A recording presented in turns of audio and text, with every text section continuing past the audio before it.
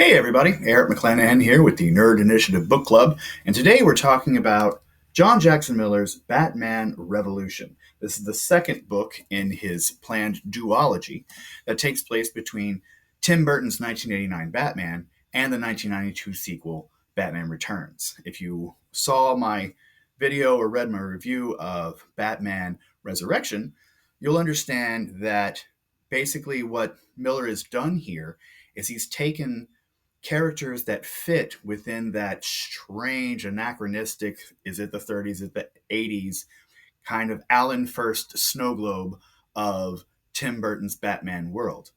We were actually introduced to Norman Pincus, who is this universe's Riddler, in the first book. And he's come back in the second to question everything.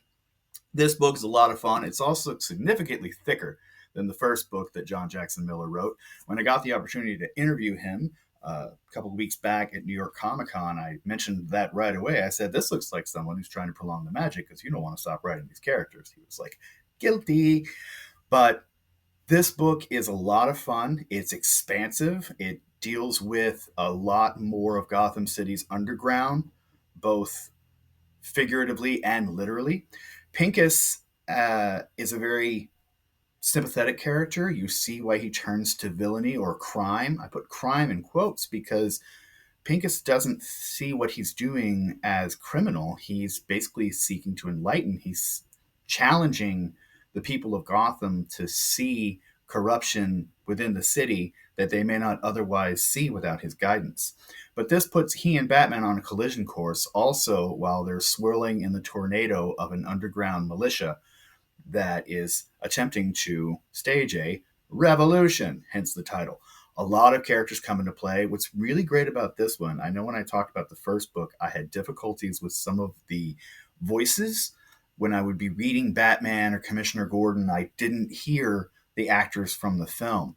What's great about this book is that Alfred takes a much larger role, as does Alexander Knox. And when I was reading those characters, I was hearing those actors. I was definitely hearing Robert Wuhl every time Knox would speak.